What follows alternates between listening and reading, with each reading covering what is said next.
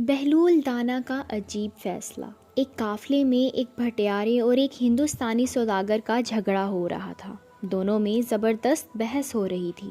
باقی مسافر جو قافلے میں ٹھہرے ہوئے تھے انہوں نے آ کر پوچھا کہ کیا معاملہ ہے۔ بھٹیارے نے غصے سے کہا، دیکھیے جناب، یہ عجیب شخص ہے کہ کھانا کھا لیا اور قیمت ادا کرتے ہوئے اسے موت آتی ہے۔ ہم یوں ہی مفت خوروں کے پیٹ بھرنے لگ گئے تو کل کو بھیک مانگتے پھریں گے۔ ایک مسافر نے سوداگر کی طرف دیکھا اور کہا، جناب آپ خاصے معقول اور آسودہ حال نظر آتے ہیں، آخر آپ اس غریب آدمی کے پیسے کیوں ادا نہیں کر دیتے؟ تبھی سوداگر نے اپنا موقف بیان کرتے ہوئے کہا، میں تو اپنے پیسے دینے کے لیے تیار ہوں، مگر میں نے اس کے ساتھ یہ بھلائی کی ہے کہ اسے پچھلے کھانے کے پیسے بھی ادا کرنا چاہتا ہوں، جو میں اتفاقاً بھول گیا، لیکن یہ کچھ اور ہی حساب بتا رہا ہے۔ یوں لگتا ہے جیسے سارے ہی مسافروں کے کھانے کی قیمت یہ مجھ سے وصول کر لیا۔ اس پر بھٹیارے نے بڑے خوش ہو کر کہا، بھلائی کس بات کی؟ ایک تو پہلے رقم ہی ادا نہیں کی، اسی کا مجھ پر احسان جتاتے ہو۔ کھانا کھایا ہے تو قیمت بھی ادا کرو اور خواہ مخواہ جھگڑا نہ بڑھاؤ۔ جب ان دونوں کے درمیان تکرار بڑھ گیا تو قصبے کے سیانے بزرگ کو بھی بلا لیا گیا۔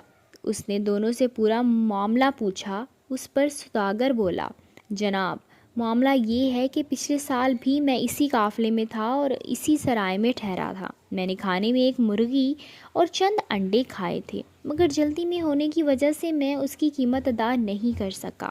میں نے سوچا کہ اگلے سال ادا کروں گا۔ اب میں نے اسے اس کھانے کا حساب پوچھا ہے تو یہ 1000 دینار مانگتا ہے۔ آپ ہی انصاف بتائیے کہ ایک مرغی اور چند انڈوں کی قیمت 1000 کیسے ہو سکتی ہے؟ سیانے بزرگ نے بھٹیارے سے کہا، کیوں صاحب، آپ اس سلسلے میں کیا کہتے ہیں؟ بھٹیارا بولا، جناب عالی، ابھی تو میں نے بڑی فیاضی سے کام لیا ہے، کہیں کوئی گڑبڑ نہ ہو جائے اور میں اس کا دیندار نہ بن جاؤں۔ آپ ذرا انصاف سے غور فرمائیے کہ ان حضرت صاحب نے پچھلے سال بڑے مزے سے ایک مرغی اور 6 انڈے ڈٹ کر کھائے تھے۔ اگر وہ مرغی زندہ ہوتی اور میں وہی 6 انڈے مرغی کے نیچے رکھتا اور انہیں انڈوں سے 6 چوزے نکل آتے، وہ چوزے بڑے ہو کر انڈے دیتے تو میں ان سے بھی چوزے نکلواتا۔ آپ عقل مند ہیں، خود ہی حساب لگا لیں کہ ایک سال میں وہ مرغی اور 6 انڈے ہزاروں مرغیاں اور چوزوں میں تبدیل ہو جاتے۔ یہ سارا منافع صرف اسی وجہ سے میرے ہاتھوں نکل گیا کیونکہ ان حضرت صاحب نے وہ مرغی اور انڈے کھا لیے تھے۔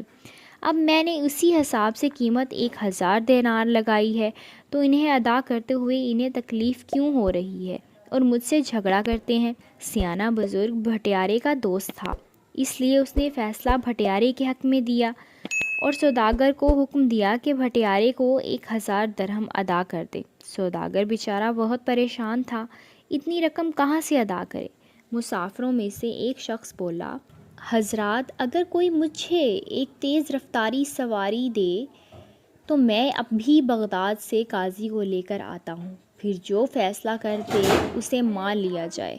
باقی مسافروں نے اس کی حمایت کی۔ سوداگر بولا، بھائی آپ میرا خچر لے جائیں، یہ بہت تیز رفتار ہے اور خدا کے لیے قاضی صاحب کو لے کر آئیں۔ یہ قصبہ تو اندھیر نگری ہے، میں اتنی رقم ادا کر دوں تو کیا خود بھیک مانگ کر اپنے ملک واپس جاؤں؟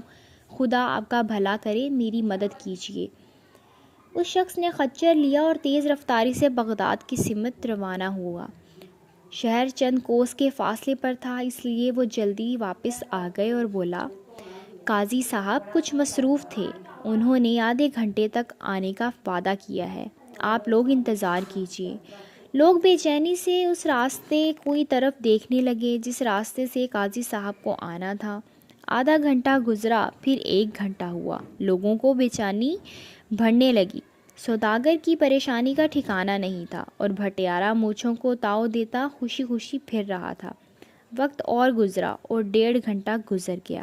اچانک بغداد سے آنے والے راستے پر ایک ٹوپی نظر آئی، پھر گدڑی میں لپٹا ایک درویش نمودار ہوا۔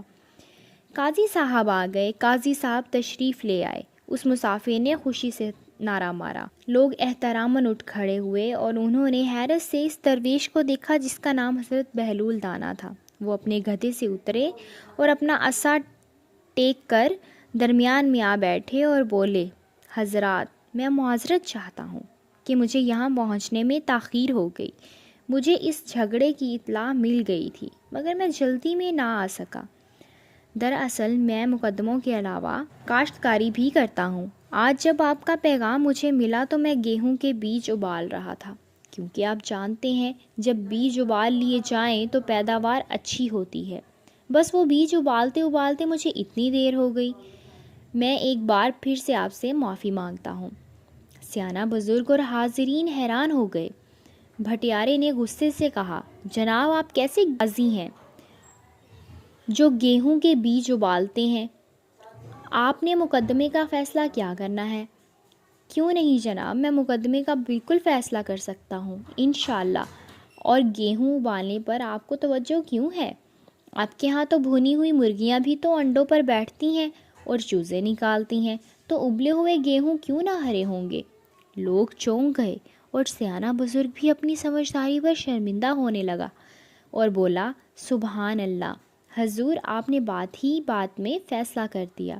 حضرت بہلول دانا نے جواب دیا، نہیں، ابھی فیصلہ ہونا باقی ہے، اور وہ یہ ہے کہ بھٹیارا اور سوداگر اپنے دل سے رنجش نکال دیں اور دونوں گلے ملیں، اور بھٹیارا آئندہ بھونی ہوئی مرغیوں کی انڈوں کی قیمت مسافروں سے وصول نہیں کرے گا۔